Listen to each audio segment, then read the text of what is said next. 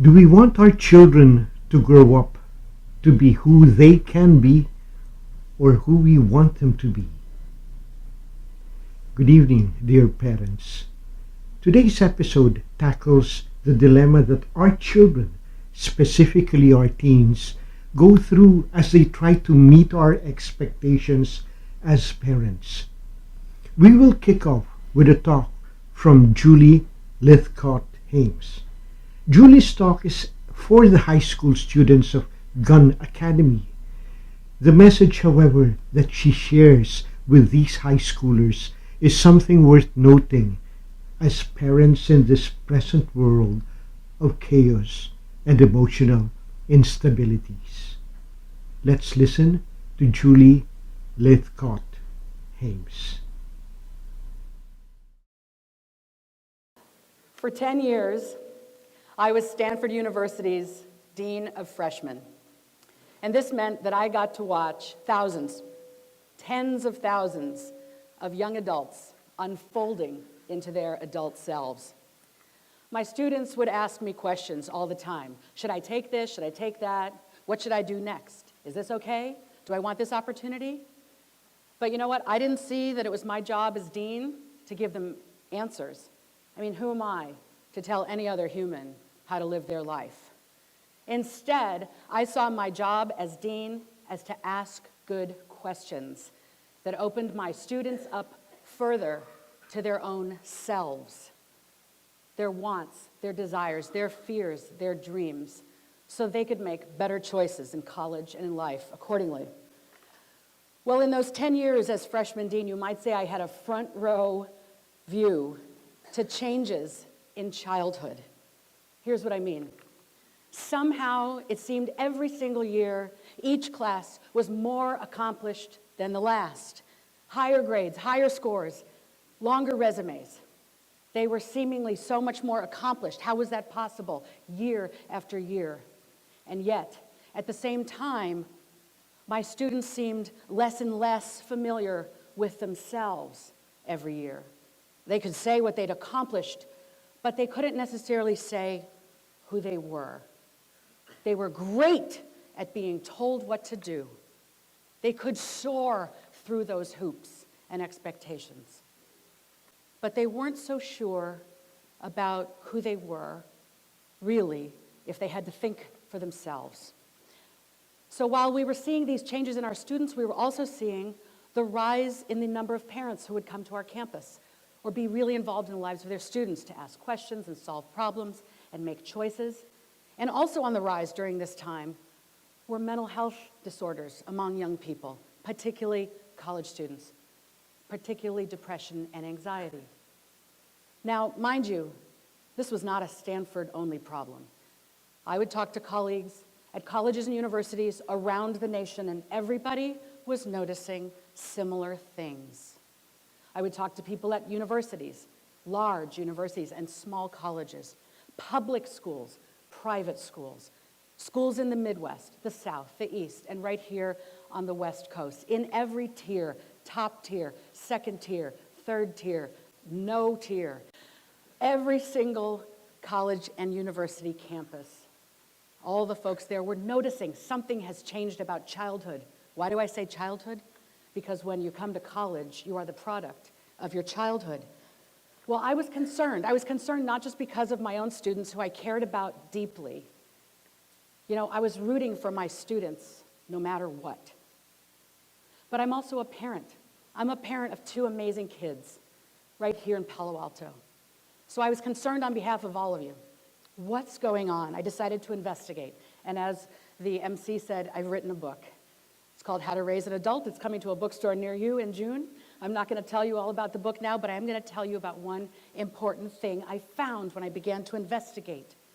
What I learned was that about 25 to 30 years ago, we, parents, decided that childhood needed to come with a checklist, okay? We got really worried It's a scary, competitive world. We love you. We want your every success.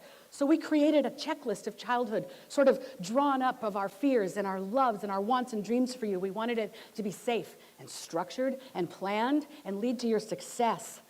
We wanted you to go to the right schools. Little audience participation now. How many of you have ever heard something to this effect? You're already raising your hand. You know where I'm going to go with this. All right, how many of you have heard we moved here, we are here, we got a job here, so you could go to Gunn High School? Raise your hand. Right on. I would say that's 90% of the hands. All right.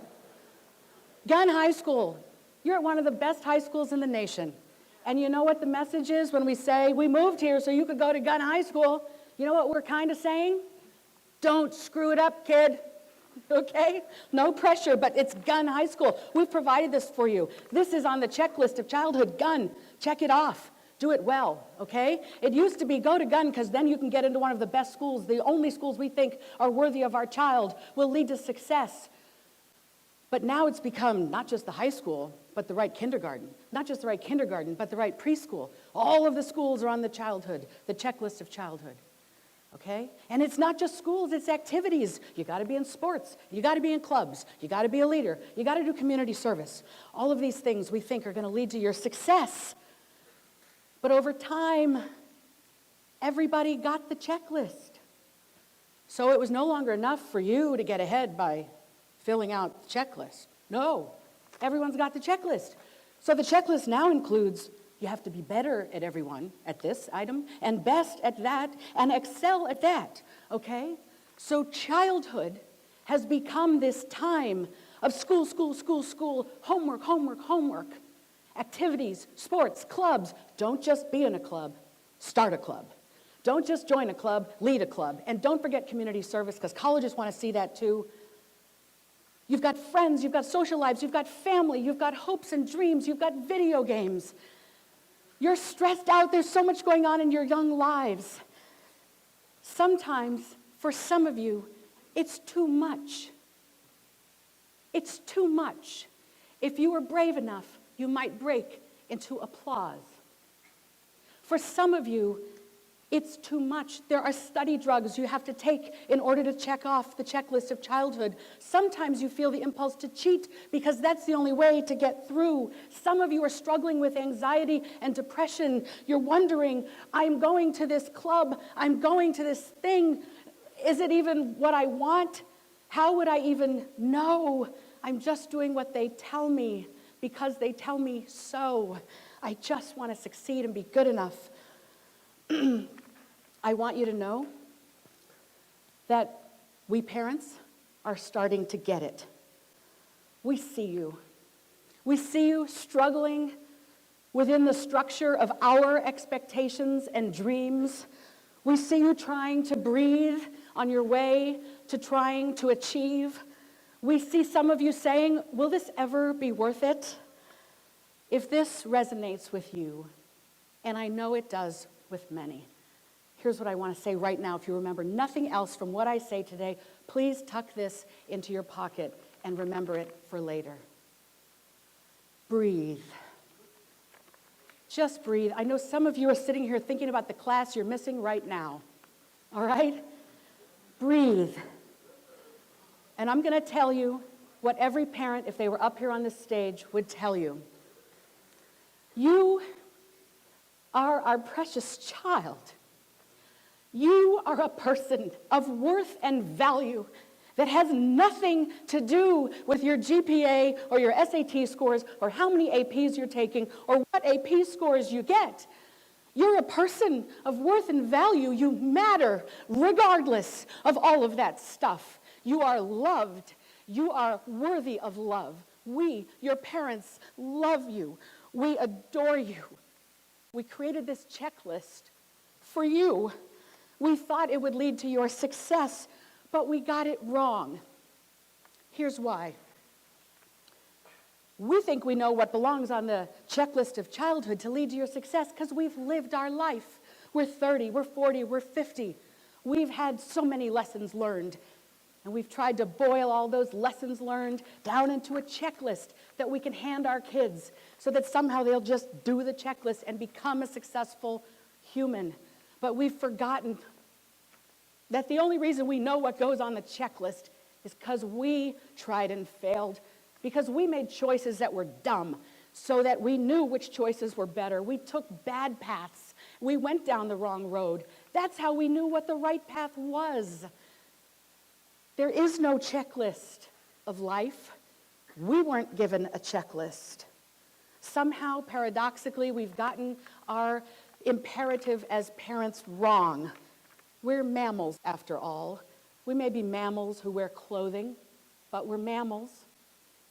And a job of a mammal parent is to raise its offspring to thrive and survive without the parent, without a checklist.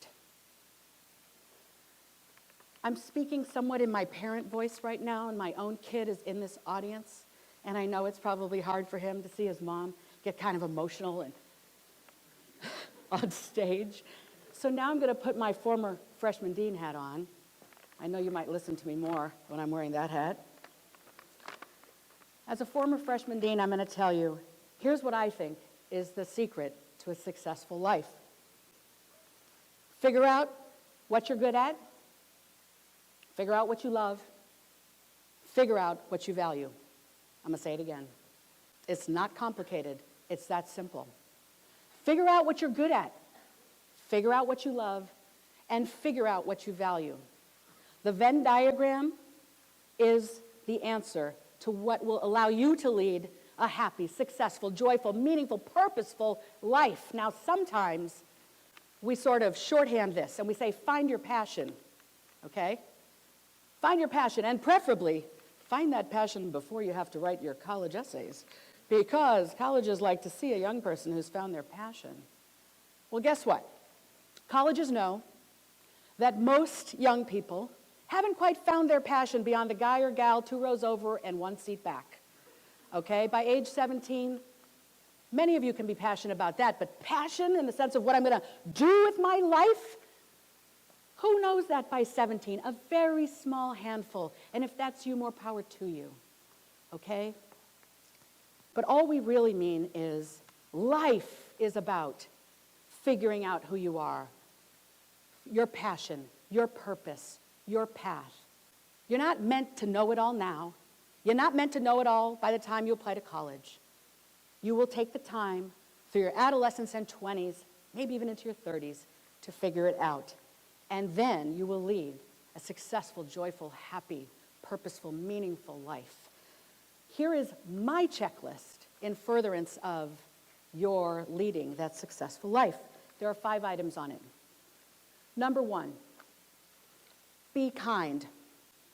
Does that sound a little dumb? You're like, what? Be kind? Yeah. Parents always say that. I mean it. You will be astonished to discover if you walk through this world intentionally acting with kindness toward your fellow human beings, you will be astonished at the doors that open to you, as how the world opens to you when you are acting with kindness. It's free and it's easy. Be kind.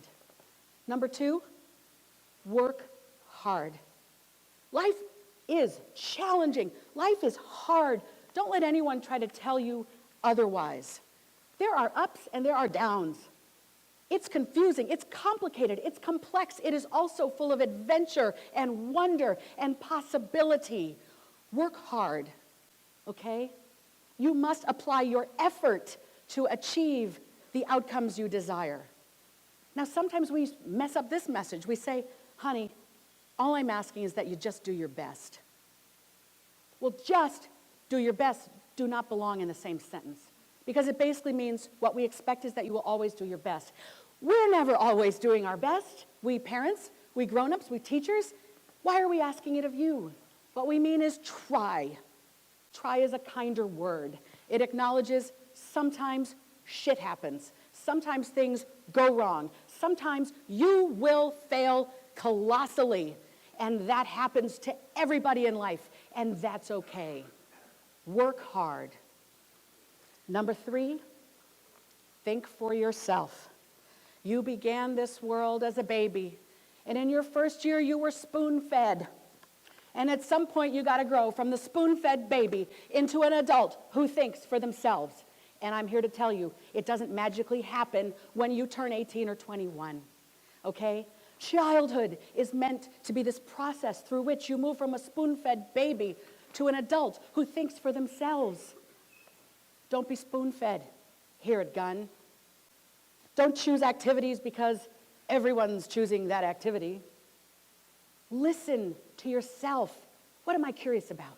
What makes me tick? What's worth getting out of bed for in the morning? What's worth staying up at night late to talk about? These are clues from yourself as to what matters to you. Listen to those clues. Think for yourself.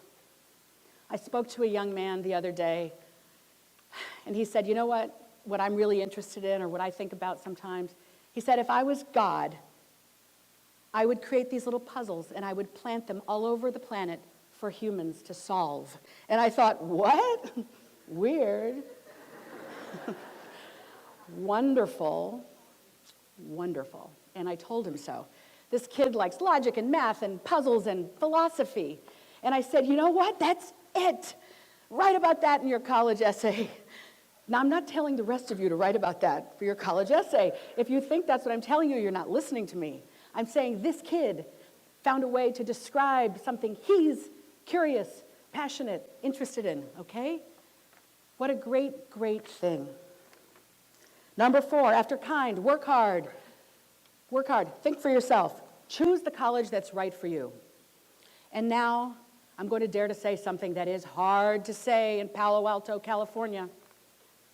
There are colleges and universities worthy of your investigation that are not at the top of the college rankings list. I know, right? Right. I love Stanford University. Right. Yes. I love Stanford University. I worked at Stanford University. It's a marvelous, marvelous school. It is not the only marvelous school. There are 28, now you got to listen to me. I know you're getting excited. Listen, there are 2,800 colleges and universities in this country that have been accredited, meaning they've met standards that the U.S. government has set. 2,800. And as with anything, I'm going to wager that the top band of them is excellent. Call it 5%, call it 10%. We've got 140 to 280 colleges and universities worthy of your attention and your investigation. I want you to find the courage in Gunn High School and Palo Alto, California, and anyone else who's listening for whom this resonates, and pull back the blinders. Look at more schools. Look at more schools. You get the thick booklet that has 200 schools profiled in it. I know what you do. You flip through for the schools whose names you know. I want you to look for the schools that resonate with you. Where will you be challenged? Where will you thrive? Which school has people like you? Where will you feel a sense of belonging? Those schools are out there. It is your job to find them. Trying to get into one of the most highly selective schools right now is like trying to win the lottery, okay? If you do, wow! But hey, with 5 to 10% of the applicants getting admitted, don't kick yourself if you don't get in. Those odds were never in your favor. Instead, have the courage to look at other schools. If you dare to go home, if you dare to believe this, number 1, if you dare to go home, number 2, and say this to your friends and your parents, you might want to be armed with some research. So I'm going to tell you 2 reasons why it's worth your while not to be so utterly focused on the very most selective colleges and universities. Reason number 1, years ago, a study was conducted comparing kids who had gotten the grades and scores that were good enough to get into the most selective schools, but they weren't admitted to the most selective schools because the most selective schools have too many people applying. As you know, there are thousands and thousands and thousands and thousands of qualified kids who won't get into the most selective schools because too many people are applying with that kind of qualification, okay? The research study said if you're one of those kids who had what it took, but they didn't take you, you went somewhere else, your income 20 years later is the same.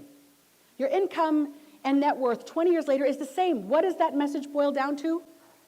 It's not the school, it's the kid. Okay, that's research lesson number one. Who you are, where you go to school, wherever is what it's about. Number two, here's a little reason why you might sort of game the system by going to a school that's not one of the most highly selective schools. Malcolm Gladwell has written about this research in his latest book, David and Goliath. It's the big fish, small pond effect. What it basically says is, you want to go to a college where you can be the man, you can be one of the best. You want to be in the 5 to 10% of your college class, the top 5 to 10% of your college class if you can. Why? Well, because that's when you get the most attention from faculty, most number of opportunities offered to you, more doors of opportunity opening in grad school and the world of work. Be the big fish in the small pond instead of one of the 50% of the people who'll be in the bottom of the class at Stanford or Harvard, et cetera, okay? There's a reason you might benefit from going to the school that's a little bit lesser known, okay?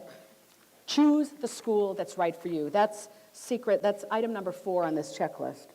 And finally, when you get there, study what you love. When you get there, just as here, people are going to be saying, you know, you really need to study STEM, fill in the blank. STEM, you need to be pre-med, you need to go to business school, you need to go to law school, you need to be an econ major. Computer science is where it's at.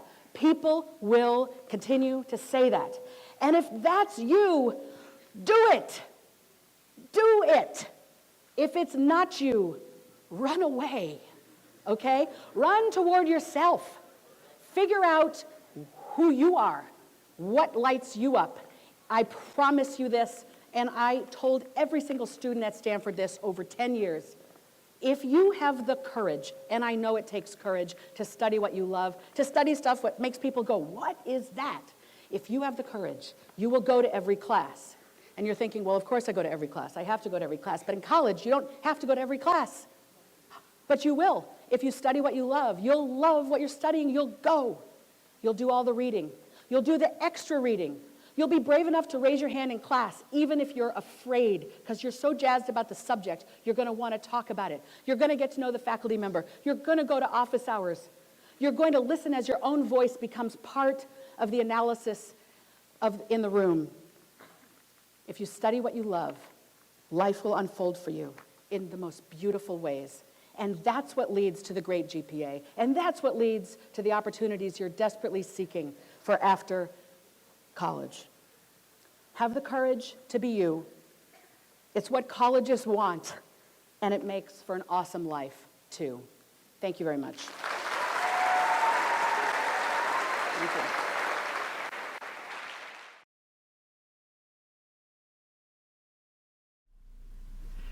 The talk raised quite a number of good points that we, as parents, need to think about. We have been so protective of our children that we want the best for them in life. But we will never really know what's best for them. We can only speculate, but we will never know. Our children are not us, so we should not expect them to be just like us. Each person is unique. Each person has a special gift that is just waiting for opportunities for unfolding. How our kids live their lives will always be different from ours. Our goal, therefore, as parents, is to guide our children through the learning process of surviving and thriving, and this now seems to be a forgotten or misplaced goal. So how do we do it? Aside from some of the points raised in the talk, allow me to include 2 important but highly relevant points that are critical now, especially in the light of the new normal that we expect to live in. Encourage emotional expression and validate your child's feelings. Children need to be secure about accessing their emotions rather than fearing them. To do this, they need to cultivate essential skills in being aware of their emotions and dealing with their experiences and concerns in manageable doses.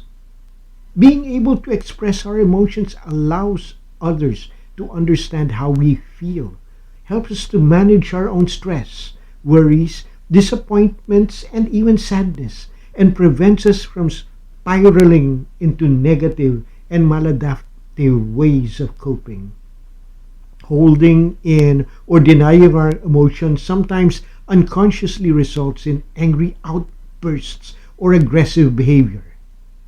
One way to teach children about expressing and managing their emotions is by using books or through videos or even modeling for them in the sense that adults are role models for their children who model the behavior of their parents through observing and imitating.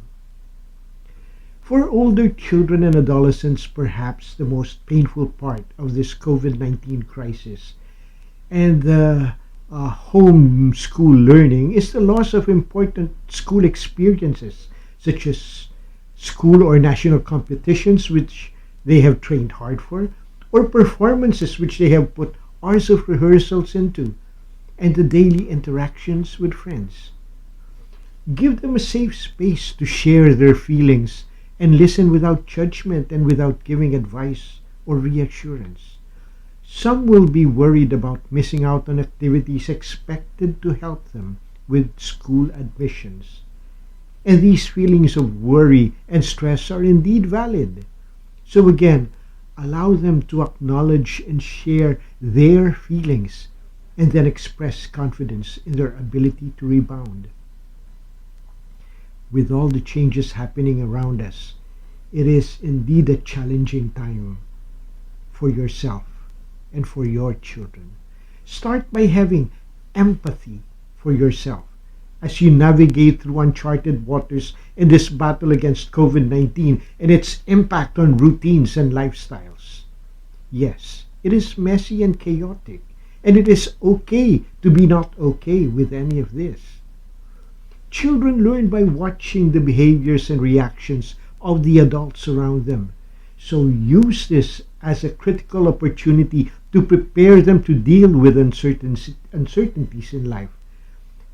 Other than using books or TV shows to help children learn about empathy, you could also talk about doctors and nurses who are working to care for others with COVID 19 and to elicit their thoughts and feelings as they imagine what the healthcare workers are experiencing right now. Another example would be imagining what their teachers are experiencing with working from home.